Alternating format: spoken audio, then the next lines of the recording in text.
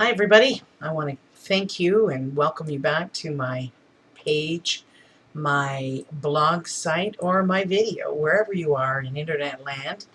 I hope your day's been awesome. But I wanted to I did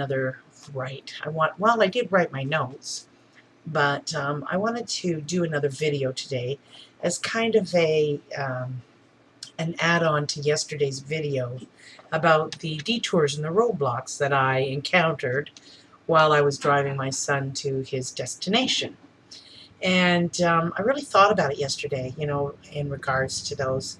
And there was a lot of other aspects to our lives. So I got the fan on me here, so it's really hot here right now. We're in our 30s, and so I have to have the fan on, and it tickles my nose. That's not my body language there. So anyway, to continue on, I wanted to talk about how the detours and the roadblocks actually apply in our physical lives in regards to our personal success. There's a lot of circumstances in our lives that stop us from seeing our true potential. Many of us can sit and talk about that. We've read about it many times. But when we're not feeling fulfilled at the end of the day, that's a pretty good indication that we're not doing what we're supposed to do. And so at the end of the day, you come in and you're just feeling exhausted. And you're even more tired thinking about repeating that same pattern the next day. Well, over time, you begin to lose your spark.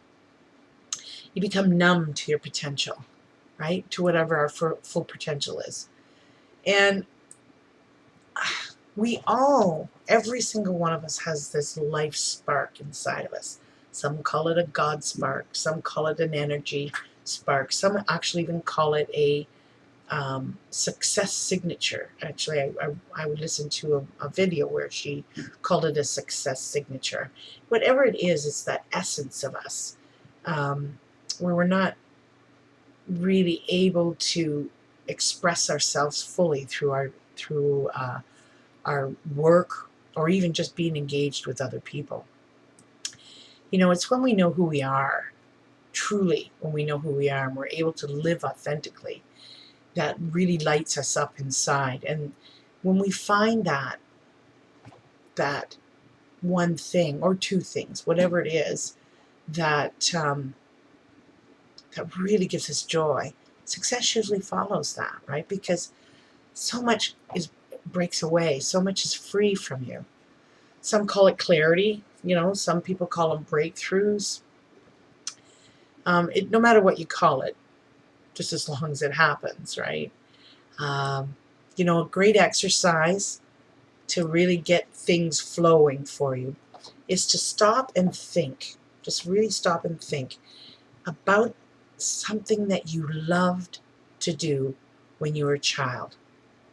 The one thing or the two things or whatever it was that gave you, that you just absolutely love to do. And think about that. Okay, think about and then feel how it makes you feel or what it made you feel, if you can recall the emotion behind it and how it made you feel. Take that feeling and put it into an activity that makes you feel the same, or find that activity, or engage in an activity where you can express that same joy, right? And most typically for most of us, it's when we're helping someone else, or just doing what it is that you love to do.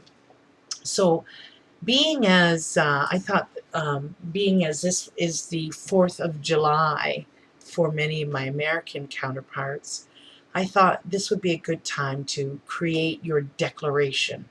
In other words, your own personal declaration of independence. So, the declaration of who you are, this energetic signature of you, or whatever it is that can allow you to become your greatest human potential. So by opening ourselves up to be teachable,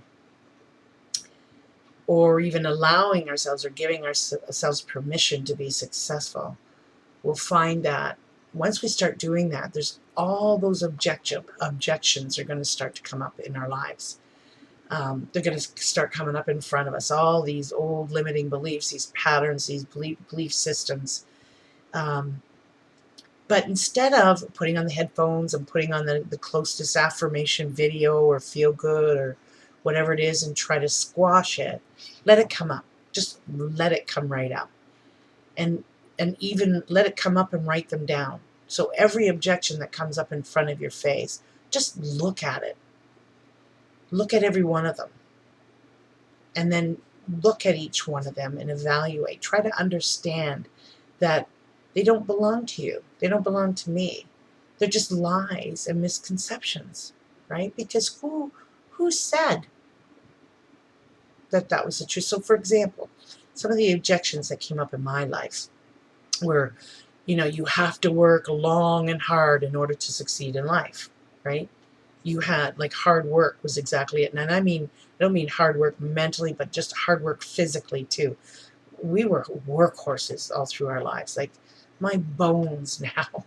I not only put my all into it, I put my whole physical all into my work as well.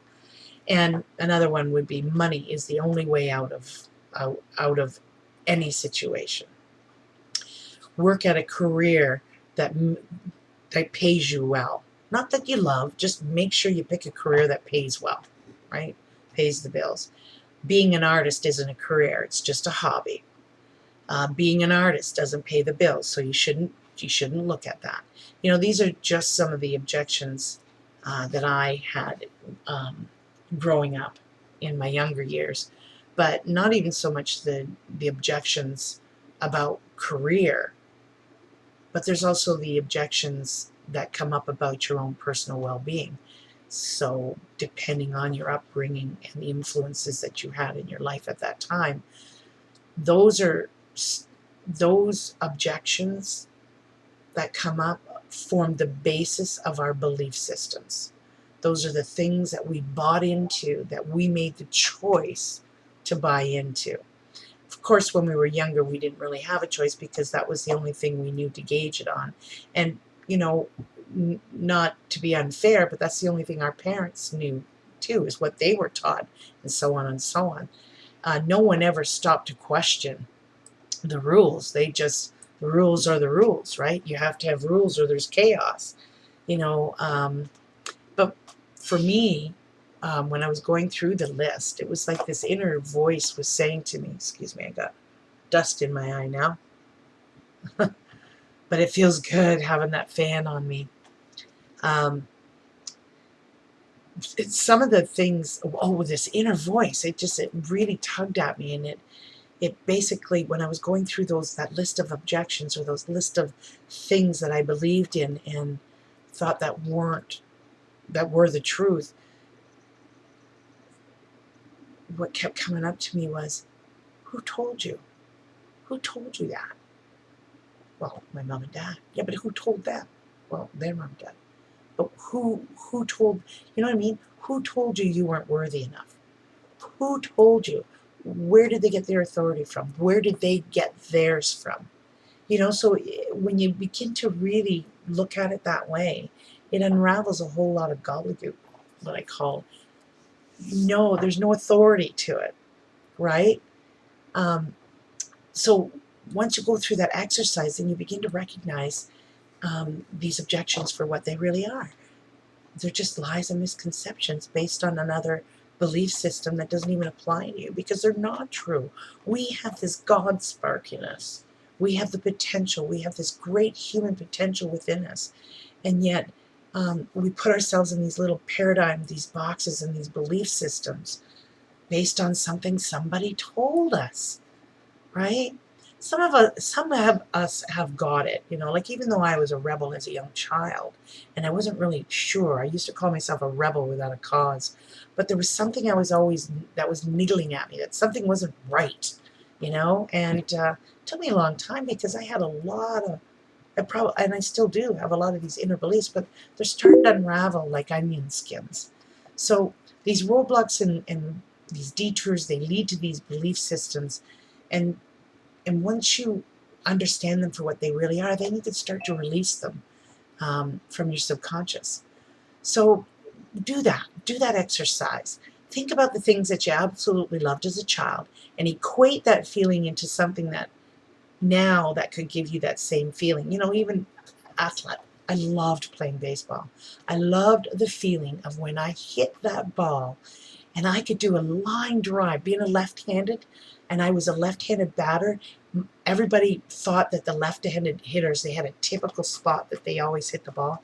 I could place hit, and there was nothing sweeter to me when I would hit that ball, and I would do a line drive, and I was fast. I was very fast, and running around those bases and getting a double or a triple, or even sometimes I got a home run. It's kind of hard for a little short person to get a home run, but man, I could drive a lot of runs home. But that was my passion. I loved baseball, and it gave me such a great feeling. So I remember those feelings, and those are the kind of feelings I'd like to put forward into something that I want to do now, right?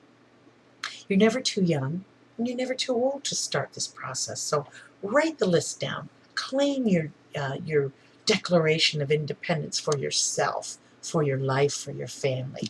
So it begins with a choice, because after all, it was a choice, the same choice that you made when you decided to listen to all those limiting roadblocks to begin with. So now it's that same choice that you have to unlock it. So I hope I gave you a little bit of value today, some value, maybe in a different slant from the way you've heard it before. But I just wanted to get that other perspective out there about roadblocks, as opposed to the freedom one that I felt yesterday as a result of not having to clock into a 9 to 5. And all those roadblocks and detours didn't faze me one little bit, because I chose a marketing career. My marketing at Empower Network, it has given me the option that I need. It's a means to my end to do what it is that I really love to do ultimately. So have a great day and make it count.